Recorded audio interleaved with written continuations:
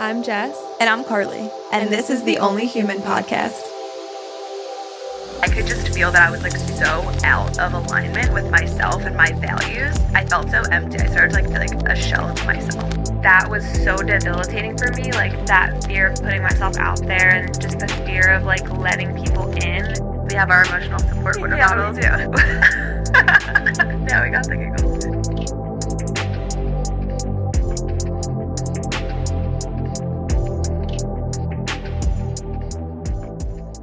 My goal is I'm going to speak with my chest. You're already not doing it. I need to project and I'm going to feel like I'm yelling, but it's really just a normal tone. Right. I literally just like, as I get more comfortable in this chair, I'm just like, shh. I just get quieter and quieter every time. Yeah, your text cracked me up because you were like, all right, I'm going to start speaking a little bit louder on the pod because you don't realize that you're doing it. And then you listen to yourself back. And I do the same thing. Sometimes I'm like, why did I sound like that? Or like, why did I get super loud at that point or make that face? But with you, I feel like you've noticed that your sentences will just like progressively get quieter and quieter. And you're like, speak up, miss. Please. Yeah. So you sent me a text being like, all right, I'm done being a little mouse, being like, and I died because I'm like, yeah, you are kind of, I mean, it's cute, but I'm like not for a podcast. I was like, all right, I'm over it. I need to start like projecting and just being confident. And you're like, oh my gosh, no, it's so cute. Like you're just demure. Like it's fine. You're whatever. And I was like, no, I'm not a little mouse. Well, no, what's funny is I feel like you're yelling at me. But it's going to be an adjustment for both of us. I know. It's so funny, I'm sure like a half an hour later, I'm not going to be projecting anymore, but you're just soft-spoken. Hence people like on TikTok are like, I love your voice. Like you are just like one of those girls. Queen. The ASMR queen, which we haven't started capitalizing on just yet, but we will. We got to figure that out first. Oh no, my but gosh. People at work actually do. They're like, wait, what did you say? I'm like, sorry, it's not you, it's me. Like, How did I just like mumble. Hear you during COVID when you had a mask on? That's a great question. I don't think I had to talk. I mean, I don't know. I probably just talked louder naturally because I knew that I had to. You know I always look at people's mouths when they're talking, and I have to like make a conscious effort to like look at their eyes because I notice myself like fixating on their mouth because I feel like I'm just a lip reader. Yeah. Because I literally have terrible hearing. I don't know why, Me too. but I'm always like, what? And then I'm like, I can't ask a third time. Like this is embarrassing. So I just like smile and nod. But I feel like that's just like the way that I always hear people, and it's like I always am like, all right, eye contact. Like look stop up, staring look at their right teeth. here. Yeah. How's your drive-in? It wasn't bad. I just got like every red light. You know, like a strip of like light after light. Everyone. And I was already running late, so I was like stressing about it. You came in a little flustered today. I was very flustered. I've never seen you flustered. Oh my God, I think I'm like the queen of fluster. Is fluster a word? As a noun? Anyway, I left purposely early because I was like, I want to get here. I want to get set up, like have time to go to the bathroom, like, you know, fix my hair if I need to. And I just like dead ass drove to the wrong location. Like put the entire wrong location in. Jess Lee, if you're watching this, I literally drove to your salon. So I just did like a little stalker drive-by. And it was like, you've arrived. And I'm like, I'm nowhere. Sure did. But I did it to myself because do you know why I just drove to the wrong location? It was because I wasn't paying attention. And I was too concerned about getting like footage for a TikTok. I wanted to like vlog, like come to the studio with me to like record the podcast. And I didn't want to do it while I was driving. So I was like looking for opportunities on my way down, like every time I like stopped at traffic or at a light or something. And I didn't like take a second to be like, wait, am I actually taking the route that I've always taken to the studio? And then I ended up at the wrong location. So it was my own fault. Yeah, that's very on brand to what we want to talk about today with like literally pictures and just like, what is the purpose? Like we have to take it all the way back to like, what's the real reason like we're doing all of this stuff, you know? I mean, yeah, even though it's kind of like a funny parallel, like the fact of the matter was today I was too worried about like documenting the moment instead of being present in the moment. And I feel like that happens on a larger scale in life when you're like hanging out with your friends, you're too worried about like getting the picture. But today it was like, I want to get this footage for TikTok for all of our 20 viewers out there. Yeah, literally. But it took away from me being present in the moment and focusing on where I was going. And I was like, well, That was very... What a great... This was meant to happen. I did it on today. purpose, actually. Yeah, perfect. But no, I feel like we've been wanting to talk about this topic just because, especially in this day and age with social media, I mean, we've already talked about it in like every single episode so far. It's just such a prevalent thing. And I think especially with like the emphasis on social media and taking pictures and just like showing up with a presence on Instagram or TikTok, like it can really wear on you and I think take away from the quality of your actual life. Yeah. Yeah, I totally agree. And then it also becomes like being the perfect picture to post on Instagram. It's not just like documenting the moment. It's like it has to be the perfect moment. Yeah. We've even like talked about how the like trend of like the non-aesthetic aesthetic is kind of like the thing right now. But even then, I still feel like it's so curated. Yeah, it is. And I can say that because I'm guilty of it. Like I still am like taking like the effortless picture, but it's not. It's so effortless. I'm like moving the marks on the table and the menu, and I'm like, no, does that angle look weird? Like even if it's just a story, I'm like, it's a story, yeah. No, I know, it's so true. When did pictures become like from fun to not fun? And like, just think about like in the 90s when people had like disposable cameras. Yes. And like everybody in those pictures looks like they're having a great time. And like I genuinely feel like they were, right? And it was just to like literally document and remember the moment as the moment was, right? Like nothing was changed in the moment. It was just that somebody was like snapping a picture. Like when did that change? I know. Well, I think it was when obviously like social media was created and it just became like this immense pressure. And instead of taking that picture just to keep as like you know, yourself, a picture in your photo album and for yourself and your friends, like it's now on display for the world to see. And it's almost seen as like, I don't know, like a badge of status or honor in terms of like, oh, I put this on social media. It gains me followers, which then like, you know, draws a little bit of like a platform. Like I just feel like it's seen as more than just a picture. But I love that you brought that up because when I think of pictures and how I would want them to show up in my life, I think about my mom's photo albums and all of her and her girlfriends just like years ago taking pictures and they're all like drinking beer in like this random kitchen or like just like hugging on the beach and it's like so wholesome, but you can tell it's just like so genuine and in the moment. And they knew that that picture wasn't being taken for anybody else except them and their memory's sake. Yeah. And you know what else I just thought about when you said that? Like they also weren't able to like instantly check the picture. Oh my God. You know? Yeah. Like, oh, was that a good angle? Like, nope, this is the picture, and like it or not, that's the picture. So like, there is no chance to like think about that at all. Yeah. About how you look or like retaking the picture. Well, think about this too. All right, I'm really gonna show my age, but like, you get a certain amount of pictures on the disposable cameras, right? So like, you're not wasting another picture on like redoing that one. It. I mean, unless somebody was like not looking or something. But yeah, so I feel like once we were able to like keep just snapping and then like retaking pictures, I feel like that also plays into it. Yeah, totally. Like the unlimited takes and then also the real-time feedback of looking at the pictures and be like, no, let's do that again. Like I remember, I think I'm a little bit better with it now because I just like don't care. It takes so much energy and effort to like curating at the perfect picture that I don't even try anymore. But I went through a stage of like high school and college where I would make it my life's mission when I was on like family vacation or like a day at the beach. And we were taking pictures until I got the shot. Yeah. And like how much time did I waste? And that's why I think I don't upload pictures anymore because A, I take pictures and I'm like, I don't really love that. But B, like it's just not a positive experience, like the pursuit of getting that picture that you want to share, right? Like, does it make you want to share it? Yeah. Yeah. Do you feel like you ever had a time in your life where you felt very effortless with pictures, like when you were younger? Like, I remember always having a camera and like always taking pictures like on the MacBook, like photo booth or whatever with my friends. Like, and it was never like that much of a big deal. Yeah. We always had digital cameras growing up. And I feel like the days of like MySpace, like Shutterfly, there were a few that we would just like mess. Picnic?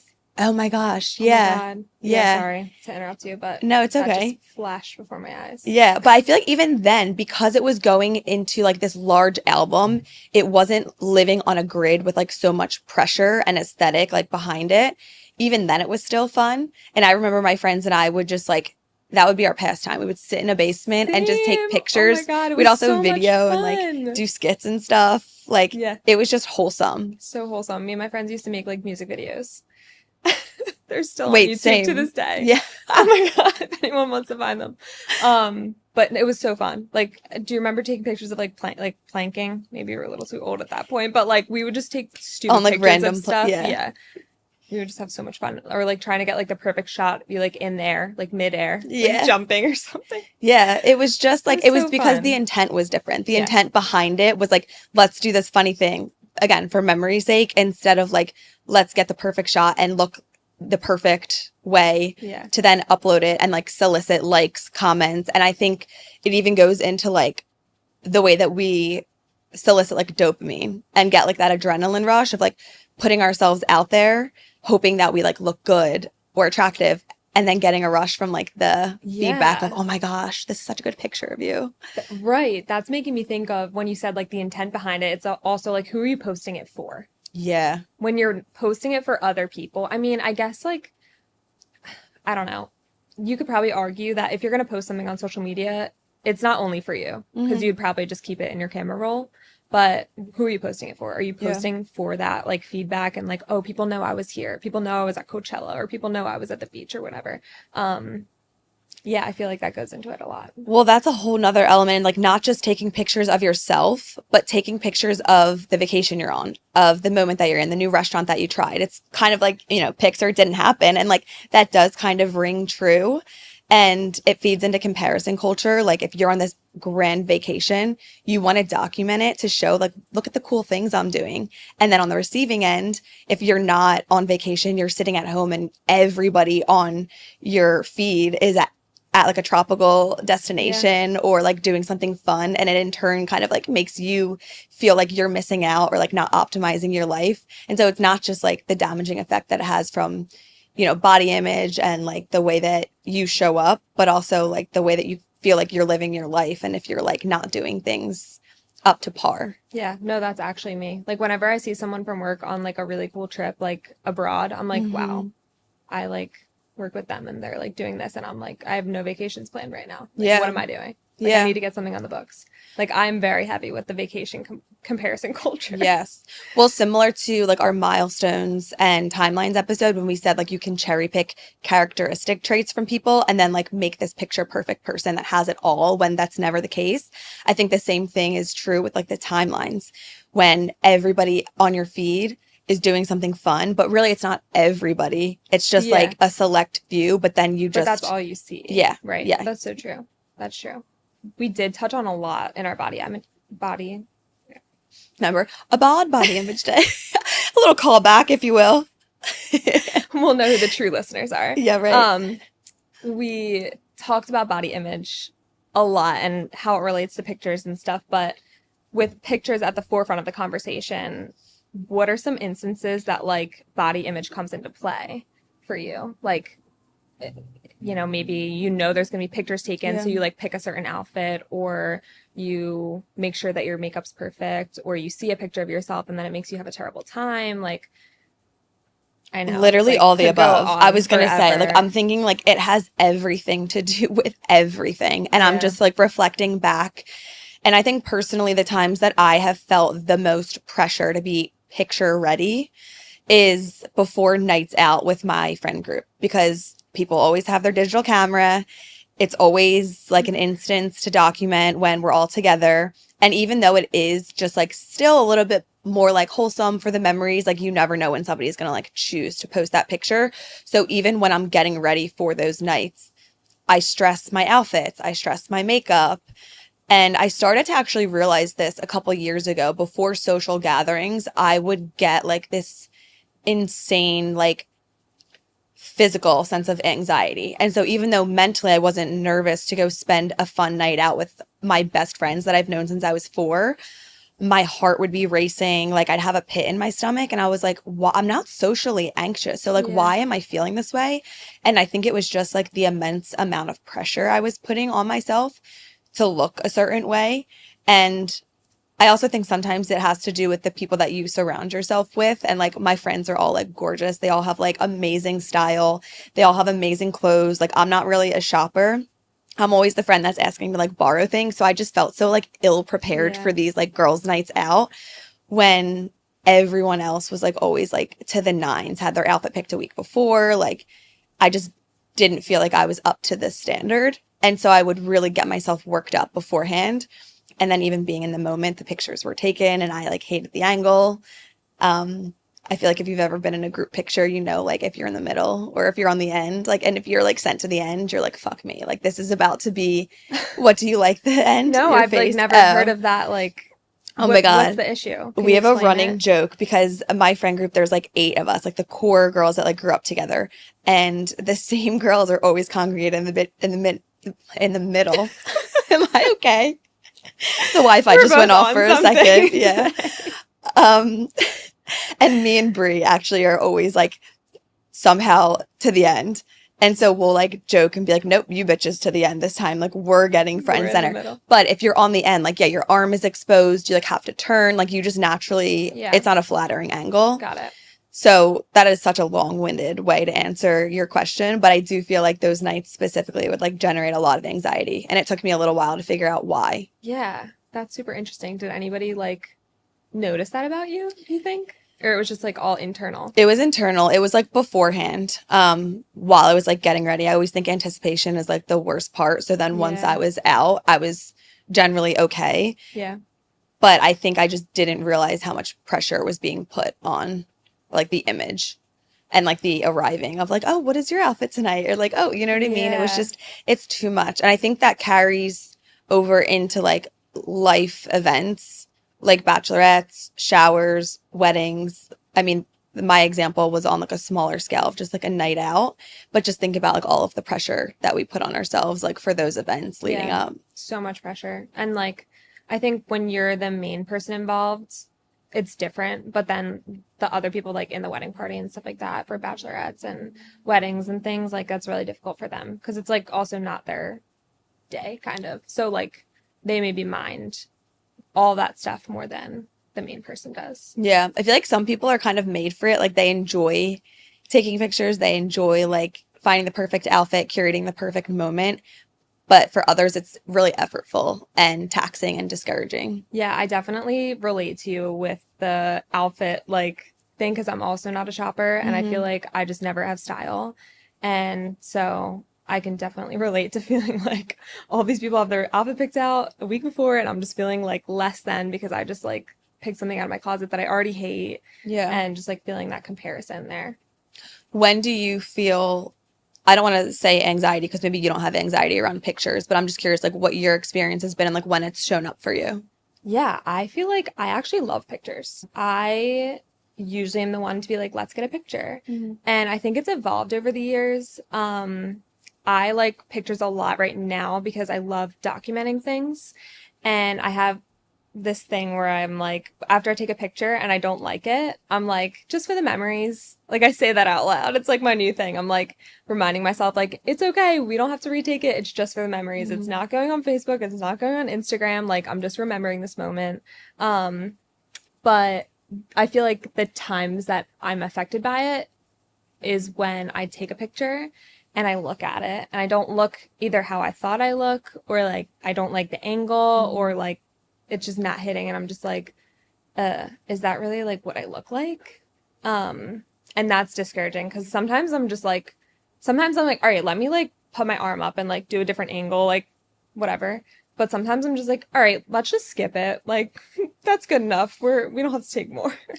It is such a shame to think that because I'm kind of at that point in life where I just don't like pictures and I'm just like, I would just rather not take them. But then you go back in your camera roll and see pictures from years ago and it's amazing how you can look at a picture and literally remember your exact emotions and feelings in that moment. And it's such like a special thing to like have that captured and have access to that because that wasn't always the case.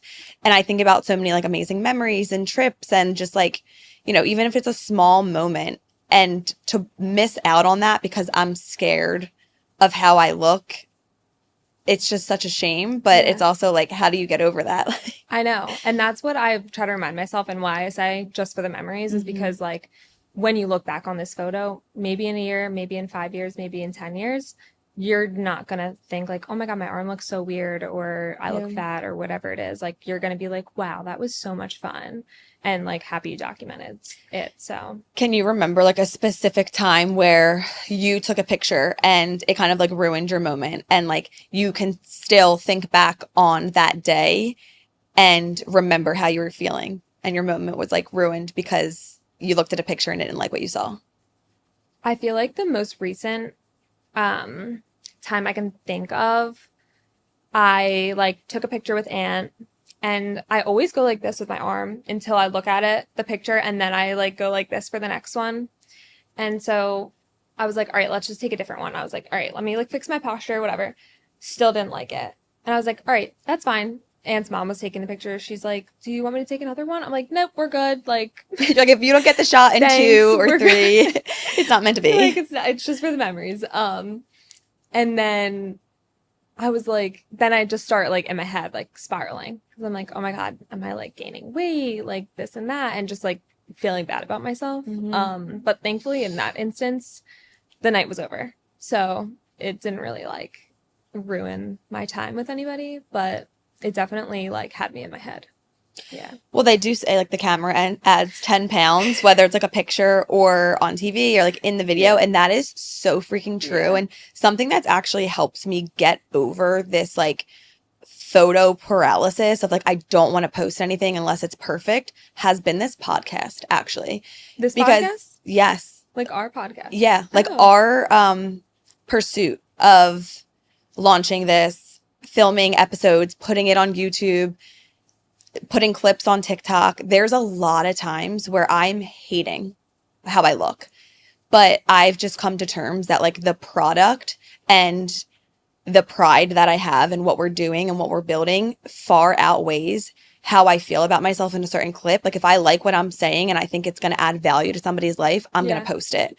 And I think just not having that control, it's not like I'm going to be like, oh my God, I look kind of fat in that angle or that whole episode. Let's just not post that episode. Like that's not an option. Yeah. And so I think this has been like a very cathartic experience for me to just release the control and just accept myself for who I am, because there's so much more to life than just what you look like. And in this specific case, like I'm passionate about this podcast. I'm passionate about having conversations with you and then bringing those conversations to other people. And like, that's what takes precedent. That's what matters. Yeah. I love that. But it's been hard in the process. Like, while that's my takeaway, I can't lie. Like, sometimes I'm like, oh my God, I can't believe I'm about to post this, like, on TikTok, or the way that my face is moving. But, exposure therapy. You just gotta do it. Seriously. We are each other's biggest. Oh my God. Wi-Fi went off again. There's really bad signal in here. I don't know what's going on. Some demonic presence keeps coming over me and Jess and trying to make us speak gibberish, and I don't know what's going on. Oh my God. I don't even know what I'm saying. Oh, we're each other's biggest fans. Oh, the Wi-Fi is back on. Okay. We're good. Because I'll be like, oh my gosh, you look so pretty here. Like, I love this clip of you or whatever. And you're like, oh my God, like, I hate it. And I'm like, well, I love it. So I feel like if I love it, everyone else is going to love it. And we're our biggest critics. And then same goes for me. I'm like, you'll say the same about me, about something. You were like, I think you sent me one of the clips and you were like, oh my God. Oh, you were like, you always have like such like thoughtful things to say. Like, and I was feeling like, oh my gosh, I don't say enough thoughtful things. And you know, I don't know. So it definitely helps that we like build each other up. But. Yeah, I think it's important to have people in your life that are very positive and kind of remind you what's really important and just build you up. Yeah. And I think we do that to each other because it's not easy filming yourself and using like your life as content. And I think if you are super specific and particular about the image that you're portraying, like you're never going to want to put anything out there. And I think for a really long time, I had like this innate desire to share, but I had like such a resistance to showing up online in like any other way besides it being like super curated. And so now it's just like super raw and it's like, this is what I look like. And if I'm having a bad body image day, then that's what, it still has to go up, and like the world doesn't stop turning. I do want to talk about, though, the effect that pictures and curating the feed and capturing the perfect moment has on events like weddings, bachelorettes, showers, because I'm personally in the thick of it right now, of all my friends getting married, and it's such an exciting time. But I think whenever you are attending an event like that, again, there's a lot of pressure leading up to it, especially with the bachelorettes, to like, you know, be in theme. And like, when you think about, why are we doing theme nights? Is it because we all want to feel like we're wearing pink? Like, no, it's because we want to get that picture together. And I think like asking the intent behind why we do the things we do, it's often coming from a place of like, I don't want to say shallowness, because that's not always the case. It is fun sometimes to like, you know, have a theme night and make the bride feel special. But sometimes I think we could do without. Yeah. And it's also like, it costs a lot of money, I feel like, to do that stuff. And it's all like, there's just so many ways that it shows up, like getting everything decorated like crazy, or like balloon arches that are like $500, or just like different things like that. And it's like, are we going to remember that there was a $500 balloon arch, or is that just for the picture of the birthday party or whatever it is? And like, not to say that people that get $500 balloon arches are wrong in any way, but like, you're a bad person. I know. It's just like, if we're doing things for the right reason, like that's great. But if we're doing it for the picture and for like the image that we're putting on social media, it's just like, in my opinion, it's just not the right intent. Well, you were a bride, so you went through like that stage of having a shower and a bachelorette and like a wedding. Like, did you ever feel that you needed to get pictures or get the perfect photographer? Like, what was your experience with that? Definitely in my shower. I feel like a lot of my shower is pictures with different people, like with everyone that came. But I had a very low-key bachelorette, and the wedding, it was just our immediate family in the bridal party. It was just our siblings. So I didn't feel like we had to do anything crazy or out of the ordinary. All I did was, I told the girls, we had a destination wedding, but I told the girls like to wear a black bathing suit, and I got like heart sunglasses, and like we took some pictures, and that was like the extent of it, which I think is like low budget, fun, like still like cohesive, but not like over the top. Yeah. But when you got your wedding photos back, do you remember feeling in that moment like it was such a big moment for you? Were you excited to post on social media? And I think you're also a little bit of an enigma. I think you place less emphasis on your social media presence and like uploading pictures. I think for other people, it holds a little bit more space and more weight. So maybe your answer isn't like representative, but I'm just curious your experience, like if you remember that being like a big deal. Like, I really hope these pictures are perfect. No, I didn't. Not for social media. I wanted them to be perfect for me, but I actually like didn't even want to post them. I didn't even want to post like my engagement photos that were like absolutely ridiculously beautiful. Why is that? Because I was like, I just want like the people that were there to know. Like, the people that were there will see the pictures, and like the people that are important to me will see them, and the people that I want to know that I'm engaged, they will know and they'll see the pictures. But like, just the pressure got the best of me, I feel like. I posted them anyway because I was just like so excited to share them, whether it was for the feedback of like how beautiful the wedding was or how great everyone looked. I don't know, but yeah, I ended up posting them anyway. But I didn't feel like I wanted them to be good for social media specifically.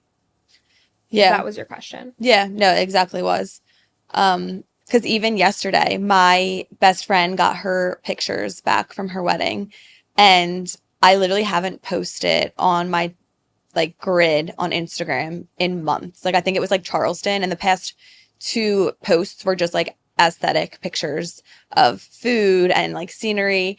And I even got a little bit giddy and excited to be like, oh, maybe there's some like new pictures where I look half decent and I want to post them. You want to post them? Yeah. But I was like, why do I care that I haven't posted in a couple months? The people are waiting for your photos. Literally. Like they're begging you to post. No one ever.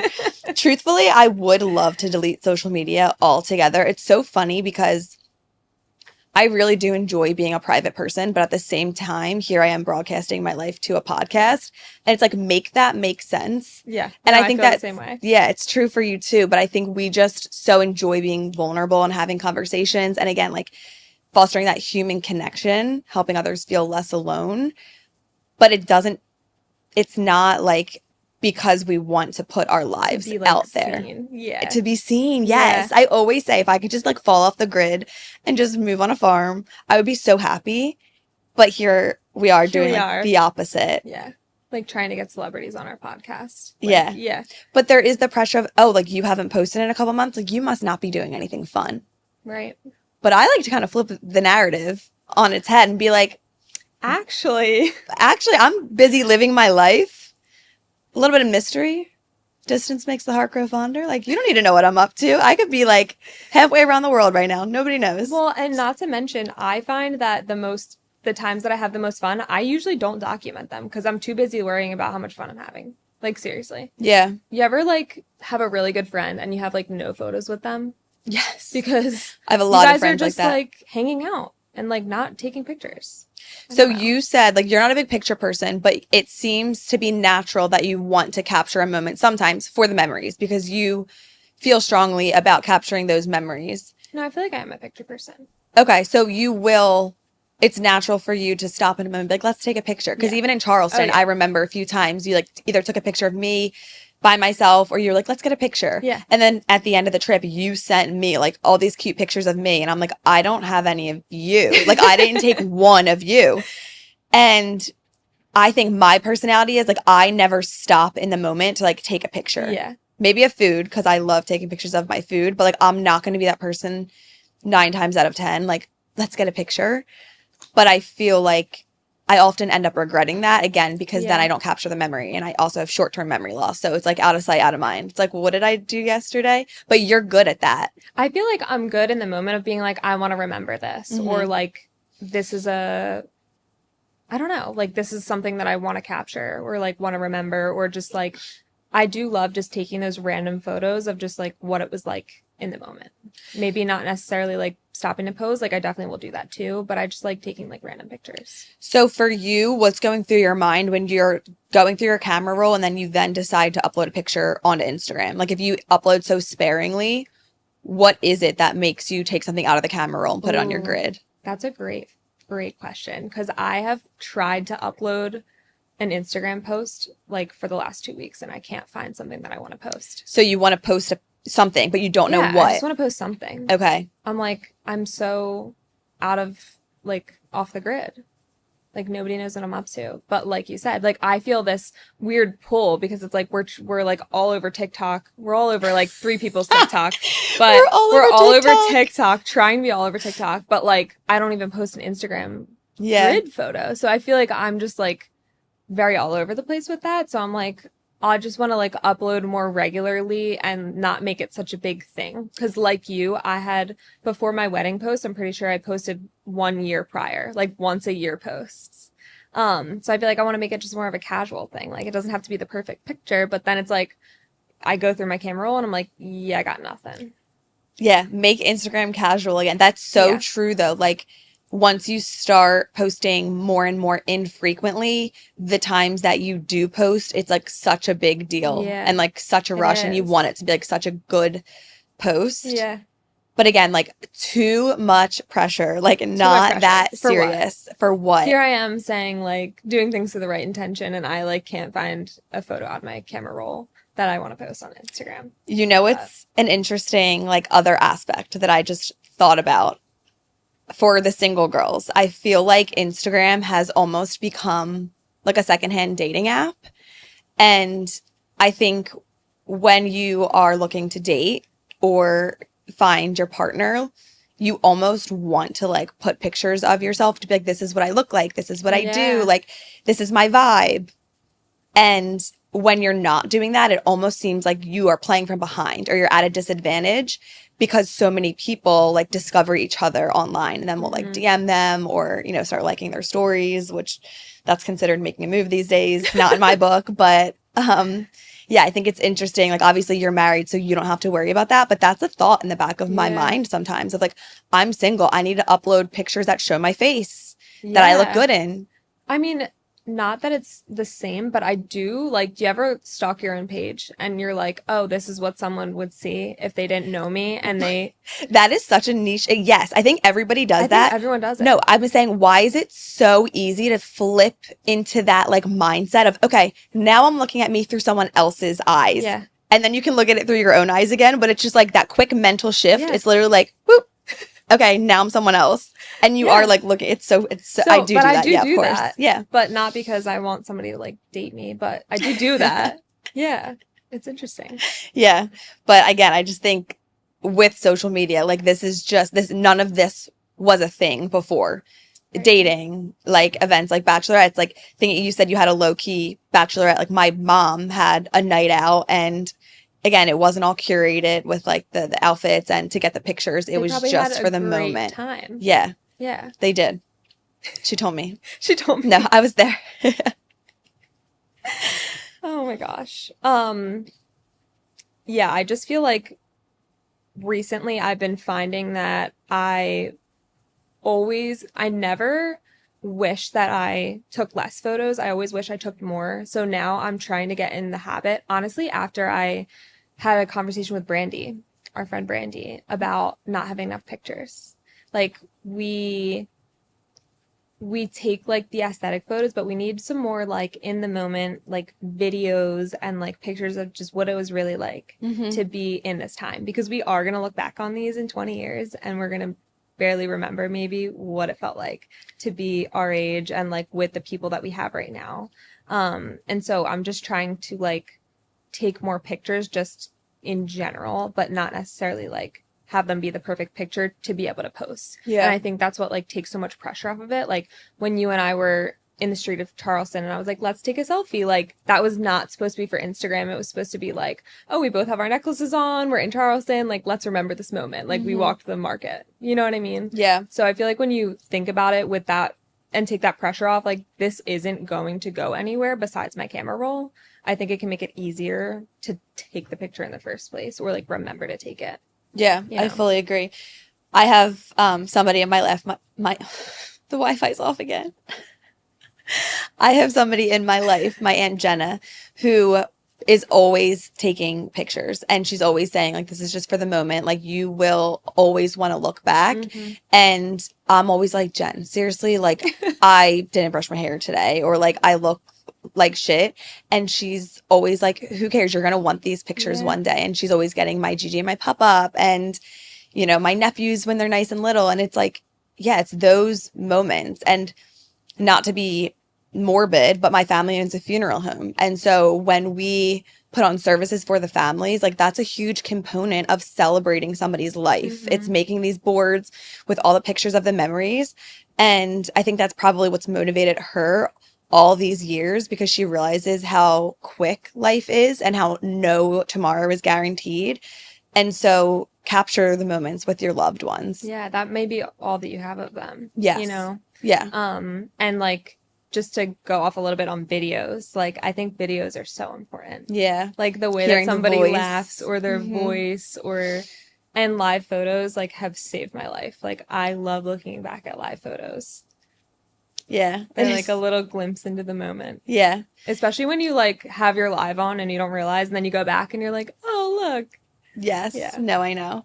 Do you have any other tips in terms of like trying to put less pressure on pictures and just social media in general? Like anything that any tips?